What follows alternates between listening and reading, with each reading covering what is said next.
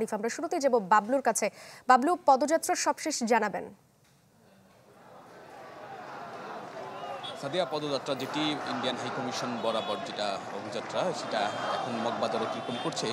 তো আজকে বেলা 11:30টার দিকে মূলত নয়াপল্টন কেন্দ্রীয় কার্যালয়ের সামনে থেকে ইন্ডিয়ান হাই কমিশন বরাবর যেই পদযাত্রা সেটি শুরু হয়। এখন আজকে আপনি জানেন যে বিএনপির 3 অঙ্গ সহযোগী সংগঠন ছাত্রদল, যুবদল এবং স্বেচ্ছাসেবক দলের উদ্যোগে মূলত আজকের এই যেই পদযাত্রা কর্মসূচি সেটি পালিত হচ্ছে। তো হঠাৎ করেই এই মূলত বিএনপি তাদের এই কর্মসূচি ঘোষণা করেছে। গতকালকে বিকালে এই 3 অঙ্গ সংগঠনকে নিয়ে বিএনপির ভারপ্রাপ্ত চেয়ারম্যান তারেক রহমান বৈঠক করেন। বৈঠক শেষে মূলত আজকের এই কর্মসূচি দেওয়া হয়। এখানে বিপুল সংখ্যক নেতাকর্মী, 3টি অঙ্গ সংগঠনের বিপুল সংখ্যক নেতাকর্মী এখানে অংশ নিয়েছেন। এই পদযাত্রা পূর্ব একটি সমাবেশ হয়েছে নয়াপল্টন কেন্দ্রীয় কার্যালয়ের সামনে, সেখানে বক্তব্য রেখেছেন 3 অঙ্গ সংগঠনের প্রেসিডেন্ট সেক্রেটারি এবং বিএনপির সিনিয়র যুগ্ম মহাসচিব রুহুল কবির রিজভী।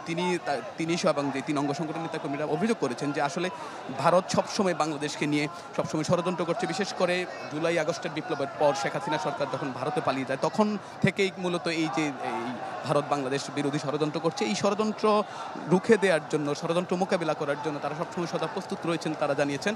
তো আজকের যে র্যালি, এই র্যালিটি এই পদযাত্রাটি মূলত ইন্ডিয়ান হাই কমিশন বরাবর যাওয়ার কথা রয়েছে। আজকের এই কর্মসূচিকে কেন্দ্র করে বিপুল সংখ্যক যে নেতাকর্মী এসেছেন। এছাড়া আইন শৃঙ্খলা বাহিনীর সদস্যরা সদা সতর্ক রয়েছেন। তারা বলছেন যে এই আজকের এই কর্মসূচি নির্বিঘ্নে যাতে হয়, শান্তিপূর্ণভাবে যাতে শেষ হয়, তারা সদা প্রস্তুত রয়েছেন। পাশাপাশি আজকের যেই কর্মসূচি, এই কর্মসূচিকে কেন্দ্র করে মূলত যে বিএনপির 3 অঙ্গ সহযোগী সংগঠনের ঢাকা ছাড়াও ঢাকার আশপাশের জেলা এবং মহানগর থেকে তারা নেতৃবৃন্দ এসেছেন এবং তারা বক্তব্য রাখছেন। বক্তব্য মূলত এখন যেই পদযাত্রা, এটা মালিবাগ যেটা অতিক্রম করছে, মগবাজার যেটা অতিক্রম করছে, এই পদযাত্রার মধ্য দিয়ে ভারতকে তারা একটা বার্তা দিচ্ছে, তাই যেটা বলছেন যে বাংলাদেশের স্বাধীনতা, সার্বভৌমত্বের প্রশ্নে বাংলাদেশের জনগণ তথা রাজনৈতিক দলগুলো একমত।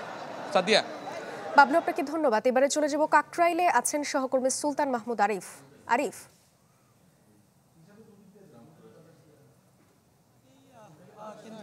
কার্যালয় থেকে সানবিট সব দিবে সামাল।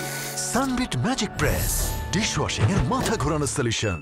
বিএনপির যে সহযোগী 3টি সংগঠন, ছাত্রদল, যুবদল এবং স্বেচ্ছাসেবক দলের নেতাকর্মীরা তাদের যে পূর্ব ঘোষিত যে পদযাত্রাটি রয়েছে, সেই পদযাত্রাটি তারা শুরু করেছেন এবং ইতিমধ্যে কাকরাইল মালিবাগ কিন্তু তারা পার হয়েছেন এবং তারা ভারতীয় দূতাবাসে গিয়ে সেখানে একটি স্মারকলিপি তারা জমা দিবেন। অর্থাৎ তারা বলছেন যে ভারতীয় যে আগ্রাসন তৈরি হয়েছে এবং ভারত বাংলাদেশে এক ধরনের তাদের মিডিয়া কেন্দ্রিক কিংবা তাদের ব্যক্তি কেন্দ্রিক যে এক ধরনের প্রোপাগান্ডা তৈরি করার মধ্য দিয়ে বাংলাদেশে একটি অস্থিতিশীল পরিবেশ তৈরি করছে, এমনটি তারা মন্তব্য করে মূলত ভারতীয় দূতাবাসের দিকে যাচ্ছেন। সেখানে তারা একটি স্মারকলিপি দেওয়ার মধ্য দিয়ে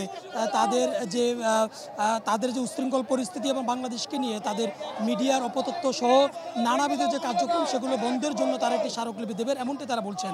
এবং পাশাপাশি তারা বলছেন যে তারা দাবি তুলছেন যে আজকের যে ভারতের যে প্রোপাগান্ডা এবং ভারত যে উশৃঙ্খল একটি পরিবেশ তৈরি করছে, তার পিছনে 5ই আগস্টে যে পতিত সরকার, আওয়ামী লীগ, ছাত্রলীগ, যুবলীগের যে সমস্ত নেতাকর্মীরা রয়েছেন, তারাই মূলত এর পিছনে কাজ করছেন, ইন্ধন দিচ্ছেন, এমনটি কিন্তু তারা বলছেন এবং এমনটি তারা বলছিলেন। এবং এরপরই দেখতে পাচ্ছেন যে এখন যে বিএনপির যে 3টি সহযোগী সংগঠন, সেই 3টি সহযোগী সংগঠন, স্বেচ্ছাসেবক দল, যুবদল এবং ছাত্রদলের নেতাকর্মীরা তারা বিভিন্ন ধরনের প্লেকার্ড হাতে নিয়ে, বিভিন্ন ধরনের স্লোগান দিয়ে তারা মূলত ভারতীয় হাই কমিশনের দিকে যাচ্ছেন এবং তারা বলছেন যে বাংলাদেশে যে যত ধরনের প্রোপাগান্ডা অন্যকে করুক না কেন, 5ই আগস্টের পর ছাত্র জনতার বিপ্লবের মধ্য দিয়ে যে বাংলাদেশ তৈরি হয়েছে, যে বাংলাদেশে ঐক্যের বন্ধনে সবাই একীভূত হয়েছেন, সে ঐক্য ধরে রাখার জন্য এবং সেই ঐক্য যেন কখনো নষ্ট না হয়,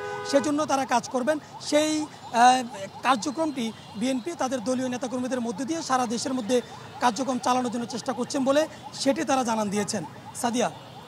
আরিফ, ধন্যবাদ আপনাকে। ভারতীয় দূতাবাস অভিমুখে বিএনপির 3 সংগঠনের পদযাত্রা নিয়ে জানাচ্ছিলেন সহকর্মীরা।